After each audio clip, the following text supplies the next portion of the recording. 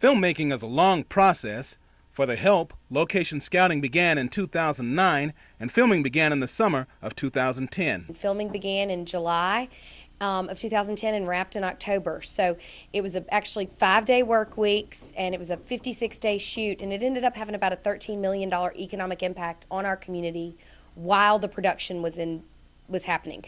The Greenwood community welcomed the cast and crew and assisted in many ways. Bill Crump, an executive with Viking Range and chair of the Greenwood-LaFleur Economic Development Foundation, helped secure one of several buildings used in the movie. Well, it was a very exciting time for everyone here in Greenwood. So many people got to play a part in the movie as extras. There was a lot of help from the community as far as rounding up and providing vintage furniture and set decorations and things like that. Ward Emling of the Mississippi Film Office says the local impact of a movie is widespread. It's such a pervasive industry in a community in terms of the money.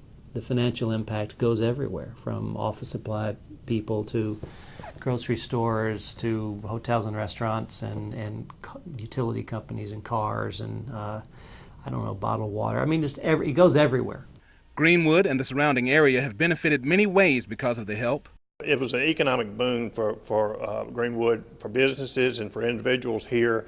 As I mentioned, a lot of people were paid to be extras, but the real economic impact came from the over 200 members of the cast and crew who were here for over about a 6-month period of time. And earlier this year, The Price is Right awarded a tour package that includes visits to the Help locations. I recorded The Price is Right because, I mean, doesn't everybody remember staying home from school sick and watching The Price is Right? I mean, that's such a childhood memory for me.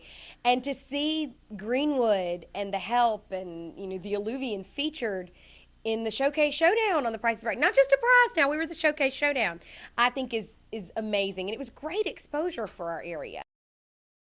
And it doesn't hurt that one of the stars, Octavia Spencer, won the Oscar for Best Supporting Actress.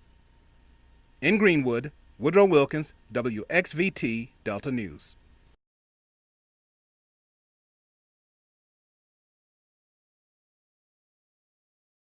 On the floor by Ward Emling's desk are dozens of scripts sent by producers interested in filming a new movie in Mississippi.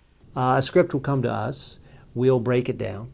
Betty Black in our office will read it, break it down to the locations.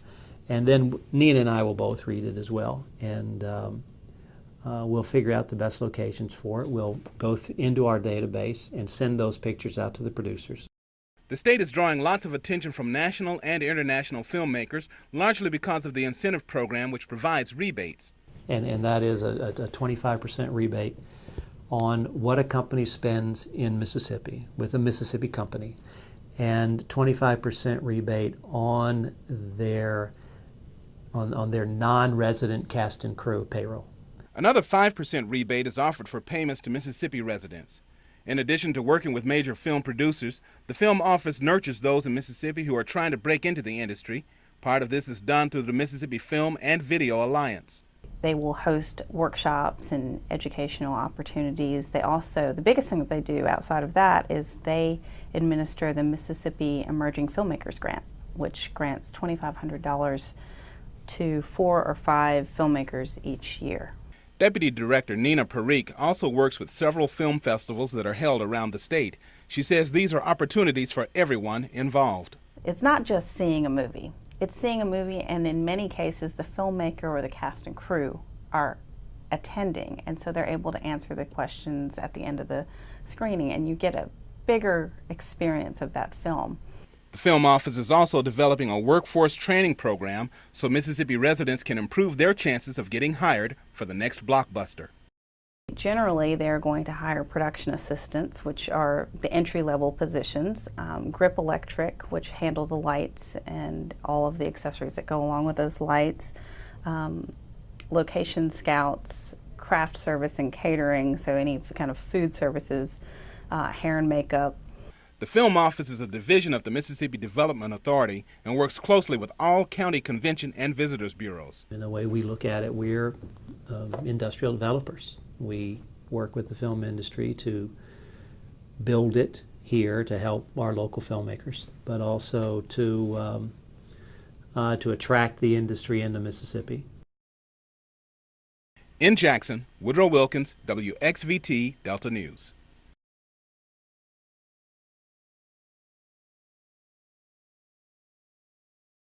With members of his family as extras, Marcus Starks prepares to shoot the opening scene of Mississippi Kings. Starks, formerly of Clarksdale, now operates a Memphis-based production company. He turned to filmmaking after getting out of prison, drawing inspiration from hip-hop stars who have turned their lives around. I always used to read magazines on guys like Master P, Baby, and different cats like that, and it always used to go in my head. It always used to go in my head like, man, I can do this, man. The same thing. These guys, they just like me. The title, Mississippi Kings, is based on Stark's brand. The story is a fictional account of his transition from convict to producer. Joseph Gordon of Clarksdale has the lead role. Yeah, as a Stark character, it means a whole lot of work. That means I got to be there, be on point, and everything. So I'm ready. Like I told him, I'm ready for it.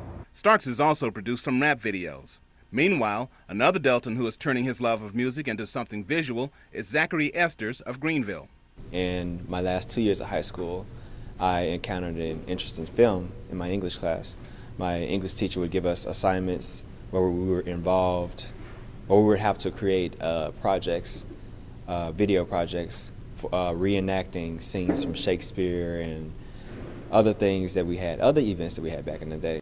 Esters, the 21-year-old grandson of Washington County Circuit Clerk Barbara Esters Parker, has entered numerous competitions, scoring third prize in a GoDaddy commercial contest and a top 20 spot for OnViddy.com. Last year, he was hired as a production assistant for Haunted.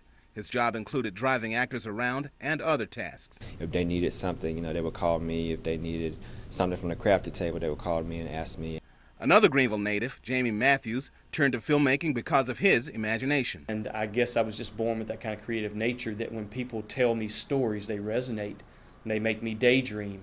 And so as a child, I was a daydreamer. And I didn't know that I was a storyteller in the making. I thought I just had an attention deficit disorder. Matthews' latest feature film as a director is Beyond the Forest, the story of two slave children who leave the Mississippi Delta in search of their mother. And there are a lot of issues with that. There were battles and there were period costumes, and we don't have any of that here. We don't have people that know how to pull off gunfights and things. So we had to train people. With the increase of movie-making activity in the Delta, Starks, Esters, and Matthews will have more opportunities to share their dreams with the world. In Greenville, Woodrow Wilkins, WXVT Delta News.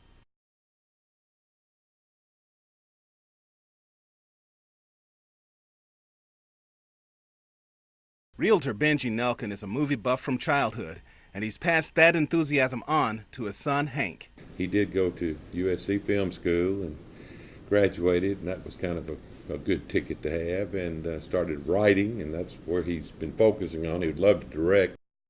Hank Nelkin, who now lives in California, has written several movies, including Mama's Boy and the Ice Cube hit, Are We Done Yet?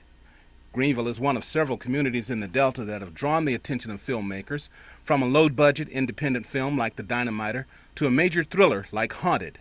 We love everything, anything they get on film and take elsewhere and show is it's a commercial for us. And with each project comes an opportunity for local businesses and individuals to get involved. For example, Spectator's Pub and Eatery has not only provided meals for cast and crew, but has also been featured in both The Dynamiter and Haunted. They were really nice, and it was really cool to kind of help out something that could be big. And then Haunted came in, they were, more well-known actors, things like that, well-known director. But they were all great. And, I told them all when they left they were honorary Southerners, because they just became part of the family. And a relationship is formed. We still get emails and stuff from them, so it was a great experience, and they shot several scenes. They filmed in here in a whole day, actually. I think the opening scene of Haunted is actually of Spectators. Mike Jones, owner of Bait and Things and Southern Star RV Park on Lake Washington, has played some role in several projects, including actor and producer. The Susie B, we did the fundraiser this weekend, and it's because of the involvement of the Haunted and the involvement of what it was in the Dynamiter movie, plus Walt Grayson coming and doing stories about it. It's already getting national attention. The Susie B Law House is among several sites around Lake Washington where parts of movies have been filmed. Mount Holly has been getting major attention from writers and songwriters and novel writers and ghost story writers. Cinematographer Don Fauntleroy, shown here on the far right, said that he plans to return later this year and begin a sequel to Haunted and is considering 2 other movies. He also plans to build a studio in the future which may include a training program for people looking to get into the film industry. That fits in with a new educational component funded by the state of Mississippi. The legislature wisely recognized that, and they put some money together, and I believe the way it reads, there'll be 3 training centers done in conjunction with local community colleges. Greenville, Washington County, and other parts of the Delta not only benefit from the commercial activity generated by movie production, but also the increase in tourism as future visitors come to see where the magic is made. In Washington County, Woodrow Wilkins, WXVT Delta News.